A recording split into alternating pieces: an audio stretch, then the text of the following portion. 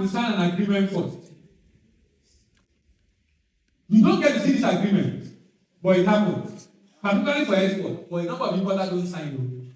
They use pro forma invoice, which is not good. And many of them had this running over because there's no recourse. Because they never had an agreement. Like force majeure clause in the agreement. Now, exporter ship the goods, send document to the bank. The bank send document to the importer's bank. Importer's bank can pay, even when release document to the importer, collect the payment, and effect the importer can go to the court and collect the goods, and the importer's bank can pay afterwards. The payment can be immediately they collect document or afterwards. But what has happened here is, different adjustments you now have many variants depending on the payment method. It could be signed, meaning payment will be made immediately document is received, or tenor, like this case, document is made after the document is released and good is cleared afterwards. So importer and exporter sign an agreement, exporter ship the goods, exporter send shipping document to the importers, exporter send document to his bank, exporter bank send shipping document to the importer's bank, importer's bank pay if it involves LC or release document to importer and collect payment due to a later date. Importer goes to the port and clear the goods with the shipping document received. Exporter receive export proceeds into his offshore account, exporter's bank, and the account of the customer is credited in house. How many boxes do you have here? Look at Nigerian import. We will always add extra layers to it. So look at our import. Importer and exporter will sign agreement as usual, but he will send pro forma invoice and product certificate if employed by some to the export to the importer, right? Importer will go online, collect the import document from PFI, insurance, relevant permit. Importer fill the form online, upload relevant document and submit it. Upon submission, the documents are transmitted to the selected bank for review and endorsement. The bank review the document, do KYC before transmitting the document to Nigerian Customs Service. Nigerian Customs Service approve and register the form. If it involves LC, the bank establish LC. In some other clients, you can actually issue your LC even before this point. But in Nigeria, you can't do it until after what? Format. So your format has to be on it. Importer instruct the seller to ship the goods. Seller ship the goods and send document to the importer's bank. Importer's bank process the document and transmit to customs. Customs issue PAR and send it to the bank. Bank will release the shipping document and pass to the customer. The importer shipping, the shipping document and pass to his clearing agent. Clearing agent obtains assignment notice from the customs to pay duty. Clearing agent pay duty, clear the goods and deliver to the importer. You know, we do a training for some other banks, and some of them have branches in different countries. So sometimes for their new intake, we do a training for them together. So you have in a class, you have people from Ghana, Tanzania, Kenya, you know. When we are doing this, we do it for different countries. So we do Nigeria, we do Ghana, we do. So some people in the class will be wondering, what's wrong with you people? Why is your. Because in some countries, it's so easy. It's so easy. But for us, is that what? Complicated. We are not access to pre-import documentation. Duly completed from M, pro forma invoice, marine insurance, certificate of registration. Now, most of the time, you don't need this again nowadays, although it's required. Only that for you to register on the platform, you will have gotten this. Because you need a TIN number, which is your username on the platform. And then, of course, so many permits, depending on the product you are bringing in. Now, when the goods arrive and you want to clear, you have a pre-clearance document, which you call shipping document, and post-clearance document, which is often called exchange control document. Pre-clearance document, you have certificate of origin where applicable, product certificate, ship or clean on board bill of lading, or airway bill, final invoice or commercial invoice, packing list, or any other document like certificate of origin, manufacturing certificate, certificate of analysis, and any other certificate as required by the customer. Then you have the post clearance. In the post clearance, you will notice that all these documents are already with you, right? The bank already have these documents. Yes. So these are documents you get during clearing process. The PAC, the single good declaration printout, exit notes, and import duty receipt. These are evidence that you have legally cleared the goods from the court. And if you are doing a bill for collection transaction, all of them will be required. But if you are doing an LC, particularly site LC, you won't require that for payment. Let's talk a little bit about SONCA. If we adhere to the rule of SONCA, we shouldn't have bad quality good in Nigeria. How many of you have experienced this before? You bought a bulb for the very first time. The very first time the bulb entered the socket, you heard the sound. Oh, I'm not alone. Many times. Now, that's the sign of the quality of that product. Now, that should not happen if sun was in order. That should not happen. The only reason that happened is because the sun process was not followed. Sun established SONCA. Helen, you have okay. Sun established SONCA. SONCA is Sun Conformity Assessment Program. And it involves physical inspection prior to shipment. So how do you have bad quality products coming into Nigeria? Shipment, prior to shipment. Sampling, testing, and auditing of even the production process and system and checking for conformity. And they have a lot of people, different agencies, Cotecna, FGS, Intertech, CIQ, Veritas, CCIC. These are inspection agents scattered all over the world that help Sun in this process. The idea is Sun cannot be in every country, right? So they work with this inspection agent to do the inspection and issue certificate. So those product certificates are issued based on the inspection that was done. So you use the product certificate for Form M and use the SONCA certificate to process the pack. But what happened? With all these processes, you see how what? Bad substandard goods. Let me show you why. Now, before then, exemption from SONCA, food and drug. You know why, right? Yeah. Now that. Medical and other equipment. Now, you see this one is a problematic one. Now that lay claim, Sun lay claim on it. So there are customers that have to process both. Because now that is laying claim that they're regulating it. And Sun is laying claim on it.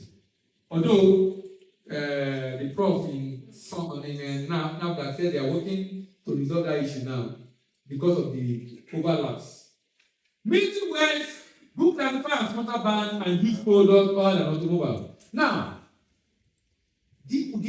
what I believe is making us to get back on the products in Nigeria is this thing. You see this thing they call import permit. This is the problem. Do you know why they created import permit? If I'm building a house, or I'm building a factory, or I'm building something, whatever I do for myself, and I need to import any equipment, shouldn't I be the one importing it, right? Am I supposed to import back quality product for myself? So why should someone be interested in sending inspector to inspect goods that you are importing for your usage? So import permit was approved for manufacturers who want to import stuff for themselves. But importers are using this to import everything they claim that is for them, but they are going to sell it in the market. Am I making sense? Are we together, please? So you get people, many people don't do the breath of sun. Breath of sun is that before the good is loaded, in fact, before I get product certificate, I will engage LGS in that country who will do inspection and issue certificate. Is the report that will form the basis for product certificate. After that has been issued, after that has been done, when the good is ready for shipment, they will come and inspect again and confirm that what was inspected before is what I'm shipping, and that's the basis for issuing SONCA. So, do you think if everything is done well, do you expect any of those products to have issues? No. But people are leveraging this lacuna, otherwise called import permit. Import guidelines. All goods imported to Nigeria must be processed with FORMEM. FORMEM subject inspection is designated BA. Non-subject inspection CB. Those on FORMEM. What are the CB products? Anybody? No, now. Let the FORMEM people talk, please. Where are the FORMEM people? There's one. Give me one. You said like one. Okay, they are the one. Where are they? Wait, why are you denying your unit? CB. Oh, yeah, see me now, definitely. Eh? It's not one of the hand. Kids, eh? Vaccines, yes. Eh? DOTs, yes.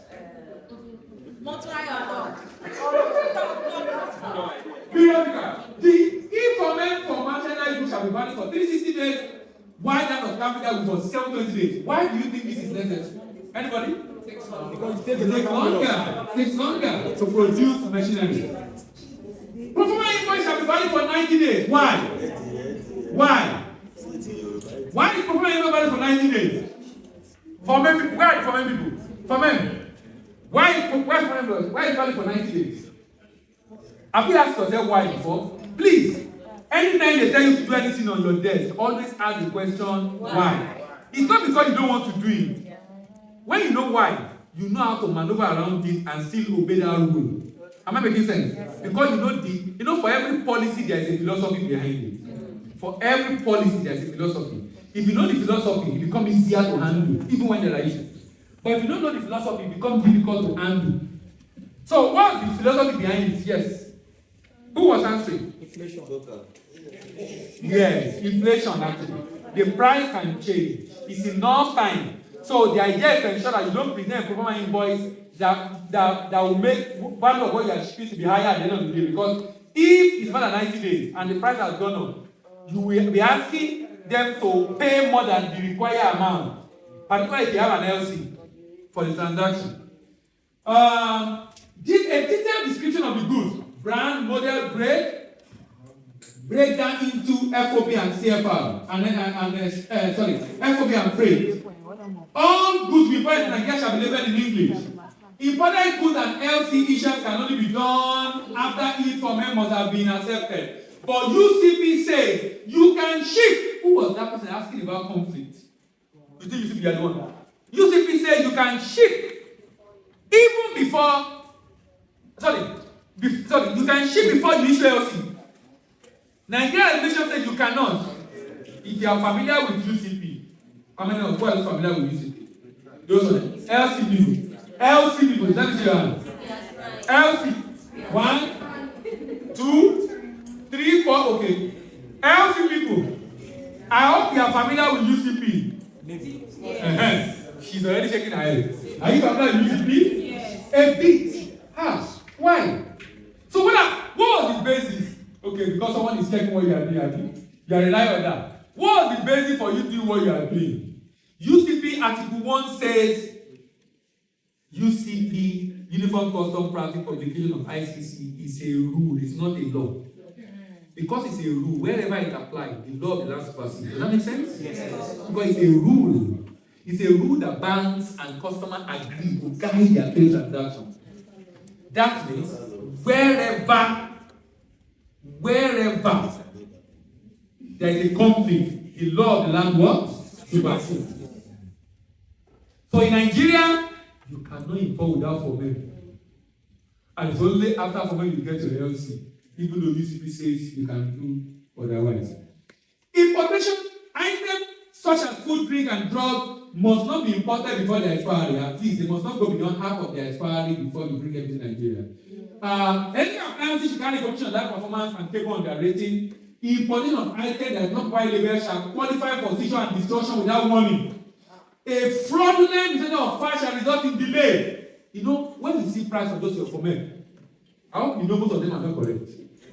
I hope you know. They are all, most of them are grossly on the value. Are you aware? Yes. They are grossly on the value. Yes, grossly on the value. Because the people want to. Those, how many of you are familiar with upliftment of FOB? I'm sure you have seen that before. Because now complain that the uplift is FOB. Because it's stating that the price of the goods in the market is $10. It will stay $2 so that person can increase to 3 or 4 or 5 or 6. That is strategy now. And you now pay that one. Or even contest it. Yes. Claiming that he has distributorship agreement. The idea is to reduce duty. Yes, someone was saying that's okay.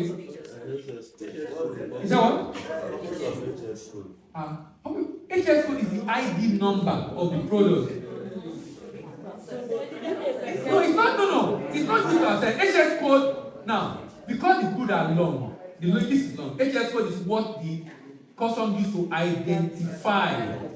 Okay, let me show you something. Hold on. Let me show you something. Hold on, please. Let me show you something. Can we look up? Let me show you something. Look at how the duty issue an HS code and how you can play duty.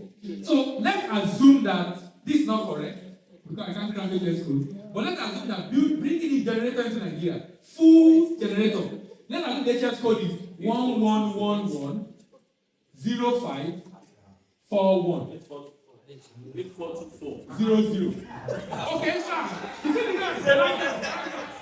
Look at the guys. They have not several generator for them. Hold on, please. Now, look at this is for whole generator. We can know whole generator. Now, look at CKD. You know CKD, right? Yeah. Completely knocked down. 1111 05. Do you notice something? You notice something? Yes. Yes. Now, 5200. The two of them are generator. What they've done with tariff code or HS code is that based on this number, custom map this to 20%, map this to 5%. So if you are doing generator and you don't know, you just know generator, and you didn't know that there's a difference between whole generator and CKD. You will go and put this one, you get 20%. Someone else will put this one and get 5%. So the idea is this. The HS code is used to map because there are many. So this number in custom system, this is the same everywhere in the world. The first 4 digits, first 6 digits, the same everywhere in the world. Many countries have opportunity to be able to differentiate the same product but different variant and assign to it duty payable. Then it becomes a lot easier to be able to say, why do you think government give the guys 5%? Because they're going to pack it in Nigeria. Yeah. If someone bring 10 containers of this, not if more than 5 boys in this warehouse to sell. If someone bring 10 containers of this, you need probably 100 people to assemble. Yes. And it's creating job. Yes. And government said, well done. You have paid servant. We'll give you 15% free. Okay. The custom FCBC, for FCBC, FCBC shall route 2 of 3 shipping documents through the bank. For FCPC, FCBC shall route 1 of 3 of documents that can through the exporter bank to the importer bank, through the exporter to the importer bank. You notice the 3 of 3 come to the importer, right? Am I right? Am I right? The completed form shall be submitted electronically to the bank with the following document attached: performance invoice, insurance, and permits. Now, even as I ensure that performance invoice is in accordance with the import procedure, document is forwarded to the bank, you ensure that they are genuine and verifiable. Shipping document is forwarded to the bank before arrival of the goods. In case of personal effect, applicants shall forward relevant document to customs. You know, if you travel and you're coming back, ladies, you come back sometime with how many boxes? And custom will say, hello madam, please can we check? Now what custom is checking is to look for what they can use to hold you to pay duty, because you are not supposed to carry more than 50 kg. And there's an amount, I can't remember the exact figure, maximum. But something happened recently, no, not recently, some years back. Someone came into Nigeria with a bag, very expensive bag, let's laptop bag, but it was one. And custom said it must pay duty because the price was more than what is dutiable. I think it was more than, I can't remember, it was 50,000 or $5,000. I can't remember the exact figure. But the fact is that this bag was worth more than that. But it was one bag, laptop bag to be used by him. And it's a lawyer, lawfully. Brent's a lawyer. So he argued with them. They made him pay. He took them to court. The regulation says if it's a personal effect, you're not supposed to pay. Custom is saying the amount of that good is more. But the spirit of that law is that you are paying because it's not personal effect, because you're going to sell and make money from it. If it's a personal effect, even if the value is more, it's still a personal effect. So the court held that the lawyer that told them the is correct, and custom must return that money and probably pay that bill themselves. But the idea is the fact that it's a big issue at the port, personal effect, because you are not, if you open your bag and they saw different shoes with different sizes, you cannot claim the personal effect. You have to pay now. You are going to sell it. If it you are not a separate person, but we don't know you can be the kind of family. You are not a claim. That's your claim. I know custom is looking for money right now. I hope you know. You are looking for money. Hello? Watch out for the next part of this training on our YouTube channels, Voice of African Trade or Global Trade College.